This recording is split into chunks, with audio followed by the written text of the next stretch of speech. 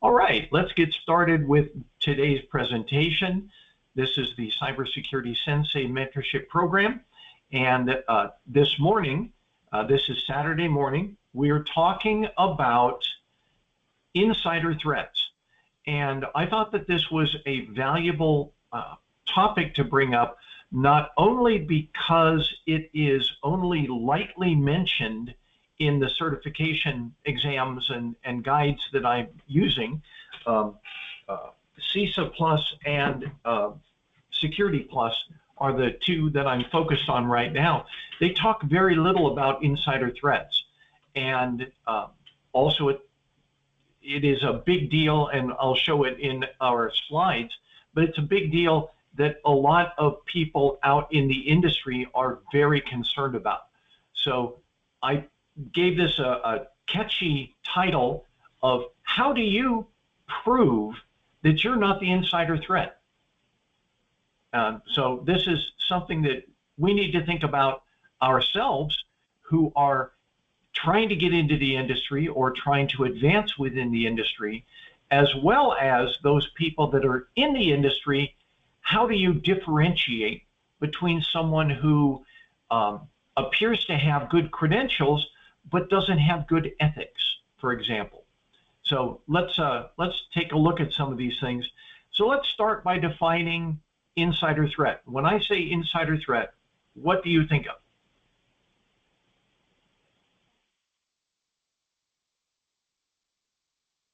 Ideas?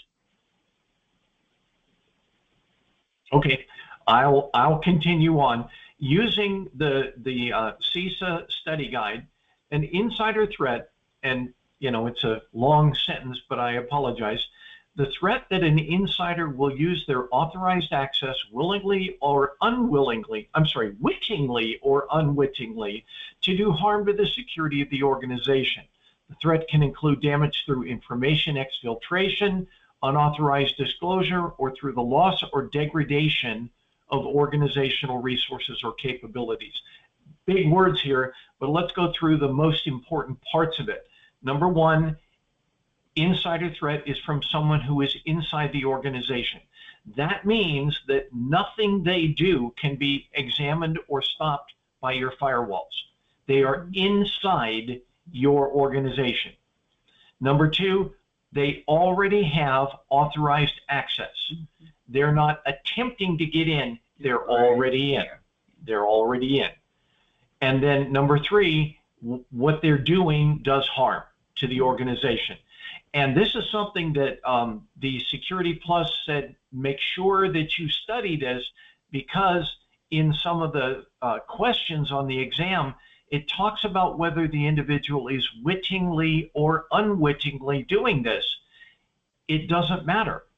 If, for example, someone goes out and inherits some sort of malware because they were looking at, they double-clicked on an attachment in an email that was malicious, that your filters didn't stop, then they are unwittingly an insider threat because they're already inside your organization.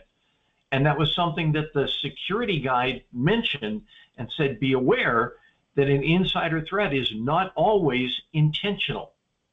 It could be someone who does it unintentionally. They're still an insider threat. So I thought that was important to bring out here.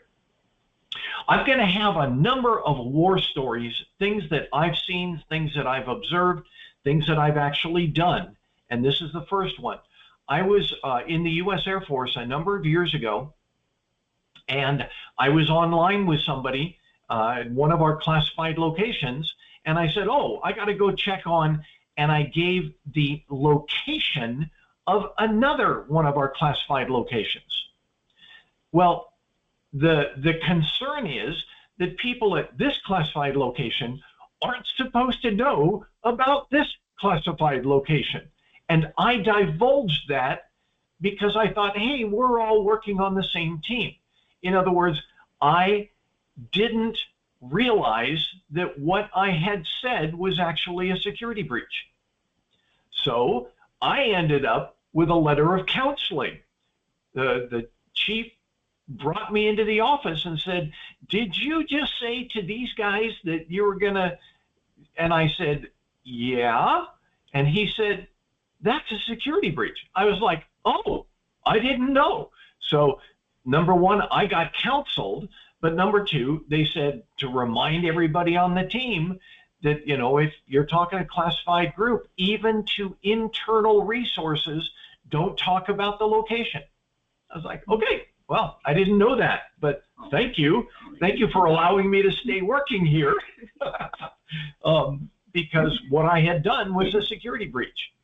So sometimes it's, wittingly or unwittingly, whether you're trained or not trained, the organization can be harmed by what you do within it. So I thought this was an interesting graphic that I saw from it's a 2023 Verizon data breach investigation report. And they said that 37% of the drivers of inside threat activity are insufficient employee training and awareness. That was me. Literally, that's what occurred. But then if you go down to the very bottom, take a look at it. Disgruntled insiders, 25%. So how do you determine whether you're going to be bringing someone into your organization who could end up being a disgruntled insider? How do you know? Yeah. And so I thought that was very interesting. It's not just your tools, it's not just your knowledge, it also includes the scary factor of you have to rely on your people. So I thought this was interesting to understand. So here's what I was talking about, internal as well as external, the data breach threat actors. And this is the 2025 survey from Verizon. It pointed out that in the various sectors, in the public sector, manufacturing, and educational services, if you notice, the orange portion of the bar is quite large, like almost a third, maybe a quarter, these sorts of things, are internal threat actors. So when you're looking at your overall environment, you are trying to protect not only against the bad folks over in some foreign country, but you also have to be aware of the people that are literally walking in, badging in. They have been given accounts by you. They've been given elevated privileges by you, and they are literally foxes in the hen house. How do you tell about them? How can you see about them? So here's an interesting discussion item. Insider threats are difficult to defend against. I sort of spoke about it, but why do you think this may be the case? Any ideas on why you think an insider threat is difficult to defend against? Most of the time, it's hard because you don't know who that individual is. Right. You don't always know. It could be anybody. It could be anyone in the organization. Yeah. You don't know that. Right. Until they strike. Mm-hmm. And like I pointed out, they're also inside your borders already. Mm-hmm. And another one is people can change. Their life circumstances can change, etc. You read about this when you read about spying and how one country spies on another. They look for people that, out on LinkedIn or social media or whatever, that, maybe are going through some sort of financial trauma, death in the family or whatever, unexpected medical expenses. And they're like, well, maybe we can help. And they're not trying to help. They're trying to infiltrate. Well, so you have to be aware, even as an employer and a co-worker with some of these people, that people's lives can actually drive their attitudes. So just something to think about there. Here's another war story of mine. I was responsible for implementing password aging in my Pentagon organization that I was in a number of years ago. And as a result, I was able to pull a listing of all user accounts and the length of time that that account had retained the same password. And the worst offender was sitting right next to me. Literally, my coworker, not some, unaware secretary or whatever, off in a far-flung country. It was literally the member of the IT organization who didn't want to change his password. Oops, I said it was a he, but yes, it was a he. He had the same password for more than 7 years on a government system. Thankfully, the project that I came up with turned around and said 90 days is the oldest password you can have. And it instituted this and required it through Microsoft at the time. We were a Microsoft shop. But mandatory security controls is how we corrected that. Why did he do it? Who knows? He didn't want to change his password. Maybe he liked it. But in the end, our implementing new security controls helped to eliminate that insider threat. So I'm going to go through this quickly because this is not the purpose of this briefing. But some indicators of possible insider threats: poor performance reviews. You get a disgruntled employee when their performance is not very well, and you point it out. You say, hey, you're not doing all the things that I hired you to do, or you're doing them in a poor manner, or you're not paying attention to quality, or whatever. People don't like being criticized. So poor performance reviews could literally be an indicator. It's not 100%, but it could be an indicator that there could be a possible insider threat. Policy disagreements. Oh yeah, well, you've said that everybody has to do this, but I know better, so I'm just going to skip that part. Well, if people aren't adhering to policy while you're watching, it may be they may not be adhering to policy even when you're not watching.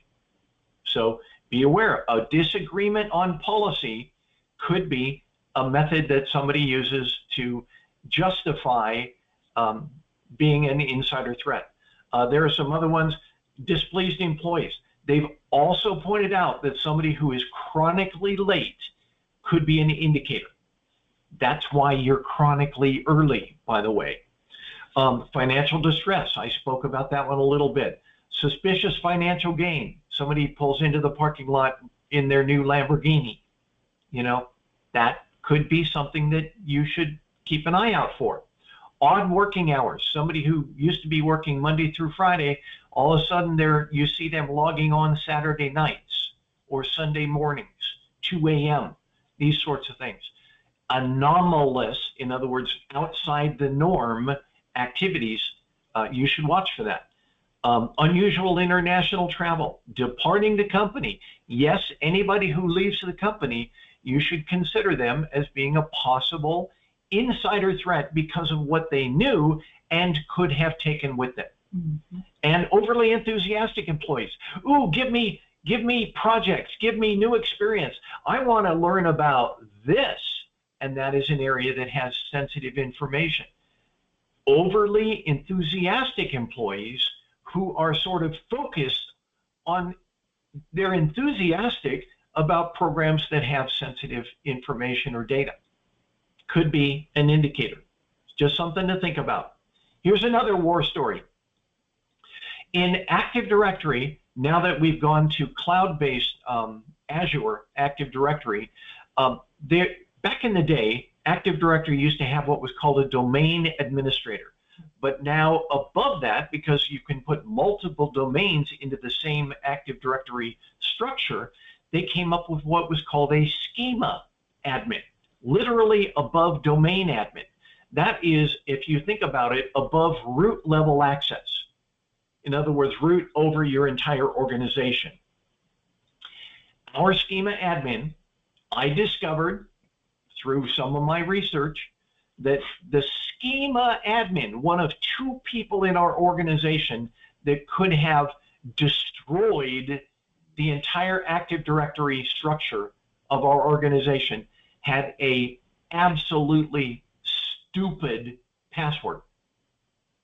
Obviously, because, oh, I don't do that very frequently, so I don't want to have to remember yet another complex password. The schema admin, by the way, schema admin was above all the filters and the reviewers because there were only two people that did it. The schema admin had an absurdly simple password. How did we find that? Somebody did a data exfiltration in a previous year, and it was out on the dark web. That's how I found it. Our schema admin. So corrective actions, I mentioned it to the security team and moved on. It was not my job to enforce that, but somebody obviously should have brought it to this person's attention.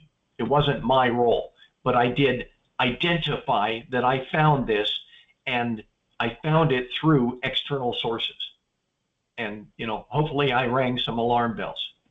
Okay, so here are some ways that an organization or an employer can reduce their insider threats. One is data loss prevention.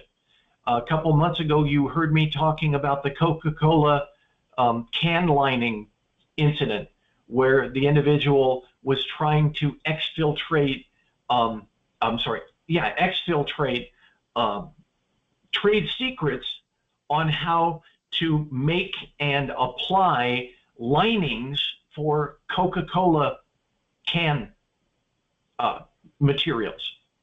That is a highly guarded secret among can manufacturing companies, highly guarded. And China had not been able to reproduce it. So what they did was they found somebody in the US who did that, who was of Chinese descent. And they found a way to make her, they paid like $1 million to start this concept, so that Coca-Cola notified her she was being fired, she was being let go. So she wanted to take all of the secrets back to China and start her own company. But those secrets are trade secrets. They were proprietary. So data loss prevention captured her trying to exfiltrate this very sensitive data. User behavior analytics. Remember I told you about people that log on Saturday nights and Sunday mornings that are normally Monday to Friday, 9 to 5 or something. User behavior analytics. They establish a baseline over the course of time and then say if you deviate from that baseline, it pops up a flag and says something may be going on. Least privilege. Absolutely. If you haven't learned the principle of least privilege, you need to today. Least privilege means no one is given access unless they absolutely need it and they are given the bare minimum of what they need. Least privilege. If you are not operating on least privilege, you are literally violating one of the basic laws of information security. It is a principle that you have to invoke. You can't just say, oh, well, I own this place, so I get access to everything. That is not the case. Least privilege and role-based access control. If you are no longer, let's say you were a sysadmin in Windows, and then you go over to the Linux team and start doing sysadmin over there. If your role as a Linux sysadmin no longer requires you to be a Windows sysadmin, your role access must be removed. Role-based, you're now a Linux sysadmin, you're not doing Windows admin work, that role needs to be removed. That's called role-based access controls. Segregation of duties. The people who are auditing should not be the people who are operating, and same thing. People who are operating should not be able to audit themselves. Okay, that sort of thing. Strengthen your processes so you can find anomalous actions. If you say this is how everybody needs to do things and people aren't following those things, then you have a case to flag and start monitoring more deeply. Suspicious coworker activity. Yes, you should remind your team that they should be the ones who look at their coworkers and see if they're doing anything that doesn't make sense or seems fishy. Yes, your friendship should fall second to your loyalty to your employer. I said it. Spot audits. You should audit in places where audits don't normally happen, and at times audits don't normally happen. Don't get into the habit of, I'll give an example. We did phishing training in our organization, our federal organization. We were told the federal government requires that you must provide a phishing exercise to your employees once a quarter. And what they did was every quarter, in the last week of the quarter, they did this phishing exercise. So everybody got tuned into, well, watch for this the last week of the quarter. The last week of March, something's going to happen. The last week of April, May, June, the last week of June, something's going to happen. So what they did, the organization, the security team, they changed up the times. And it could have been the first week of the quarter, for example. You have to use unscheduled activities. Okay, and I'm going to just go on from here, because now we're getting to the heart of the matter here for today's discussion. If it was possible, how would you prove you are not an insider threat? Some of those things that we were talking about, that those orange bars, how do you convince your prospective employer or your manager currently that you're not one of those people, one of those insider threats? Prove you're not a threat. Well, if you take a look at the slide, you can say it's not possible to prove it, because this is purely a game of gray issues. Some are, like we said, these are indicators, not outright flags. These are things that you can do to try and help. In other words, make things safer, make things less safe or whatever, but you're always going to be dealing with anomalous actions. Things can go on that you didn't plan for, and things, it just happens that way. Okay, here's another one of my war stories. I was doing something and I had a problem with literally my speakers, I believe, and our systems engineer came in remotely into my system, and he and I were doing some work on my system, and he asked me to log on using my administrative, in other words, privileged access account. And then while he was connected to me on my computer, he went out to the internet and grabbed a driver and brought it back and installed it. Our administrative rules of behavior state that if I'm using an elevated account, I'm not allowed to surf the internet. I state that I will not do that. So if I had been monitored, and I thought I was, if I had been monitored, somebody would have seen my elevated privilege account go out to the internet and bring something back. And so what I did was I called our computer incident response team right after I got off that remote session. And I said, in the last 30 minutes, you may have seen this. That was me. And this is what happened. I literally told them exactly what had occurred and why and how. And they said, okay, thank you. They never said anything else about it. But I self-identified that I may have tripped some tripwires. Just something to think about. So here are some things. This is the main slide I wanted to get us to. You should think about doing this, because these are the things that demonstrate that you are at a reduced risk to your organization of being that insider threat. These are things you should do and think about and practice. Okay, number one, demonstrate a history of doing good. Now that's a nebulous term, but what I'm saying is you should be somebody that when they look at you, they say he is doing things for others. He is helping other people, etc.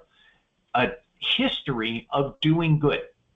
All right, and it could be a number of different things, but history of doing good. You demonstrate increasing levels of responsibility. In other words, your employer trusts you and believes in you enough to give you more work, more responsibility. And it may be something as simple as replacing printers within the organization. They got to let you do it all by yourself. Let us know if you have any issues, and off you go. That is responsibility, because they don't tell you what to do. They say, go replace printers and, report back how you've done. Minimal amounts of supervision. So that is increasing responsibility. You demonstrate that. And oh, by the way, you should be able to demonstrate these all in your resume. Okay, think about that. Number 2 or 3, read, understand, and adhere to security policies and procedures. If something is not written correctly, help to correct it. Don't say, well, that's stupid, that doesn't apply anymore, so I'm going to do it the way that works. I have war stories about that as well. I'm not going to share. But I've seen that many, many times where I'll give an example. There's somebody that, I'll use this as my key. Somebody that says, oh, well, your computer isn't working right. I've got the answer right here. How do you prove that that's the answer? Oh, well, I know it works. Yeah, but how do you prove that it's not a security risk? Well, I know it works. It's not, everybody uses this. No, you've got to follow the procedures of the organization, not you and your magic USB key. Okay? Be aware that pulling out your own drivers or something is not reading, understanding, and adhering to your organization's security policies. Don't carry around your magic USB key. That is an indicator that you don't adhere to security policies. Maintain operational security. If you see something, say something. If something seems anomalous, point it out to somebody who can do a little bit deeper research. You don't have to hunt people down. Just point out stuff. Says, hey, did anybody think about the fact that this door is unlocked? Something like that. You can do it. Look around and report what you see. Volunteer work. This is where we get into Cybersecurity Sensei. Mentoring. Being somebody who listens to people and who helps people. Going back to bullet number 1. You can actually demonstrate that in your resume. It could be in your Boys and Girls Club. It could be in your local library. It could be, all sorts of things. But to demonstrate that you are helping people because it's the right thing to do. Not because you get paid, but because it's the right thing to do. So volunteer work and mentoring should be something that you should be proud of and also look to do locally so that you can demonstrate that you are a reduced risk as an insider threat. And last, this is what a lot of people don't think about. Remember to build and protect your reputation. For example, you get all sorts of invites from people in Bangladesh and India and Pakistan saying, oh, I want to connect with you on LinkedIn. I find no value in that. I'm not a numbers person. The people that I connect to are quality people, not just numbers. So my number count is much lower than some other people who say, yeah, I'll connect with anybody. Okay, but the people I connect to and I correspond with, and I recommend, and I like. Remember, liking and sharing is something you can do that helps to promote others. Think about it. You have to protect your reputation. So, like the Bible says, you need to choose a good reputation even over wealth. Your reputation is something that you control, and it's very important. When I walk into a room, and I'll just say this, when I walk into a room, I believe people around me appreciate that I'm there because of what I bring. And it's not just skills. I care, and that shows. So remember, that's something that you can work on and build to the point where you have a reputation that people rely on. People say, you know, there's somebody who's really good that I want to recommend, etc. So your reputation is yours to preserve. All right, here's another one. I got two more war stories. This one was an email to one of my former employees. I was his supervisor, and I didn't see that he had been taking laptops from our workplace and driving to another state and pawning them at a pawn shop. Government laptops, took to another state, was pawning them to get spending cash. And my last correspondence was to his personal email, because we had stopped his account and all that sort of thing. Company had fired him, but a personal account email, because I just happened to have it, said, the FBI has told me to tell you to turn yourself in. The corrective actions were the FBI got involved, and I had to retrain my entire team about what was acceptable behavior within our team, because this person obviously had done something that was highly illegal. And here's an even worse example. That we were doing a Windows 10 upgrade project from Windows 7 to Windows 10, or Windows 10 to Windows 11. I'm not sure which one it was. We were doing a client upgrade project. And one of the contractors that was involved in this, who was handling everybody's laptops, just happened every once in a while to put one in his backpack and walk it out the door, because he was working early mornings, late at night, areas where people weren't watching. And then he died unexpectedly, and his mom went to clear out his apartment and found over 100 government laptops in his apartment that he was, you know, turning into some sort of business where he was reselling them or marking them up or whatever, I don't know. But it was large-scale theft, and it was occurring right under our noses. So some of the corrective actions, FBI got involved, tried to find anybody that they could prosecute that had been part of this, but also our organization instituted a hand receipt process that says nothing travels around in this organization, whether it's outside the building or to another person in the building. You have to say, I'm giving this to you, I'm receiving it. Instituted a hand receipt process. Why?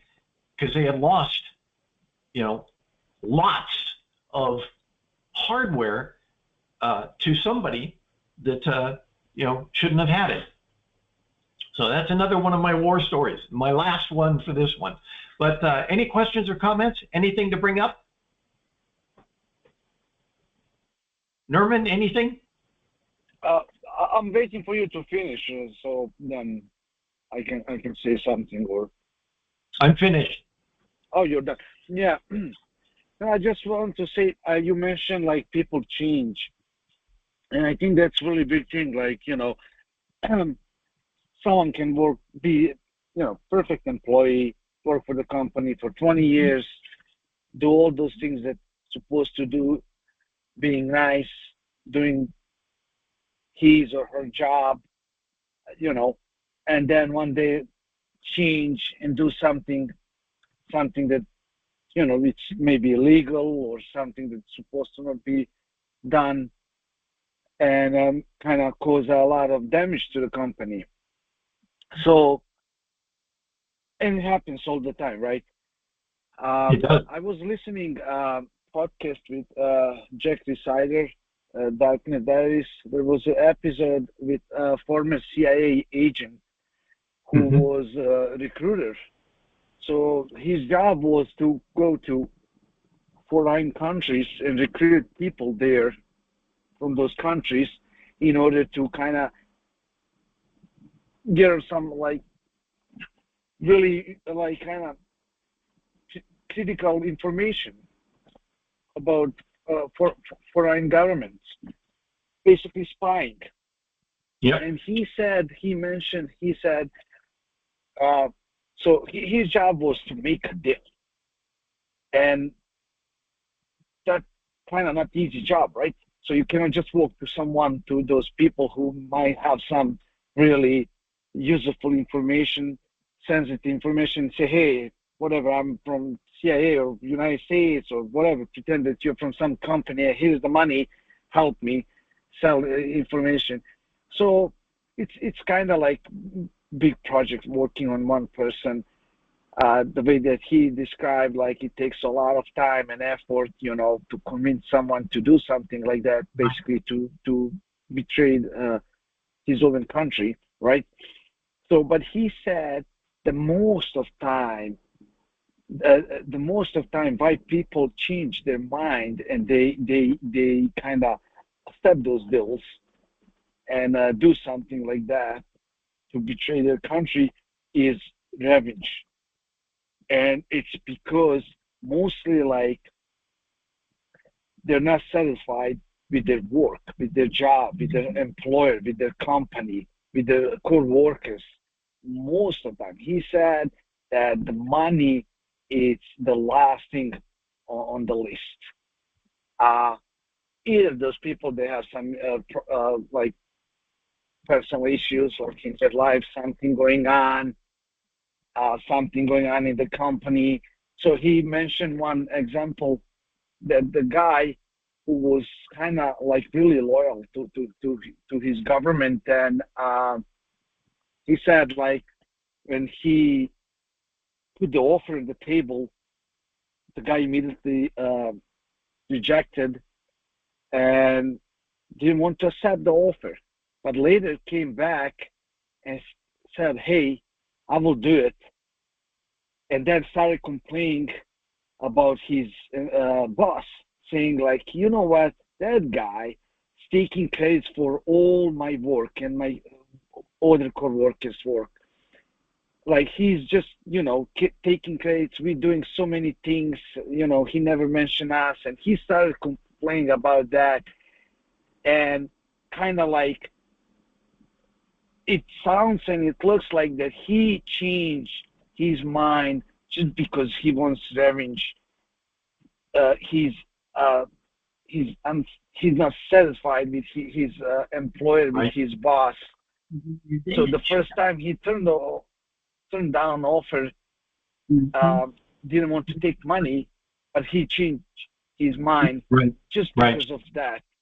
And I'm just thinking now, I'm trying to connect something to this, when we're talking about, proper training, the companies, they have to provide this kind of training, to teach their employees about those things, and I was thinking, there should be something also for employers, for companies.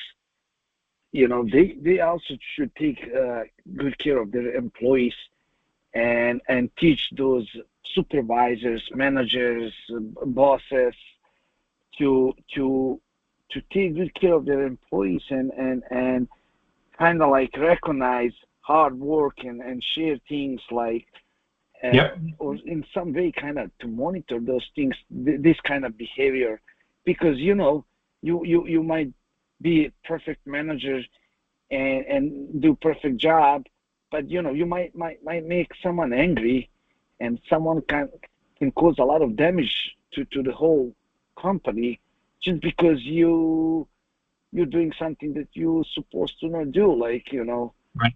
Let's say taking credit for someone's work, like, and, you know, claiming is your work or you're doing. Yeah. So yeah, that's my kind of yeah, appreciate that. So the moral of the story for this is there are things you can do that will help to make you a reduced risk within your organization or in your resume if you're looking for a job, that you should pay attention to, because the employers are watching for this, and they are trying to judge between what could be a potentially excellent employee and a potentially dangerous employee, and they're trying to do it using your resume and your job interview and maybe your references. That's all they can use. And nowadays, they're also going out and looking at your social media. Yes, they are. Oh, yeah. So be aware that all of those things add up to paint the picture of who you are, and you need to help ensure that that picture is a good one. So that's all I have for today. I hope you enjoyed it, and everybody have a wonderful weekend, and we will talk later. Thank you. Thank you, Norman.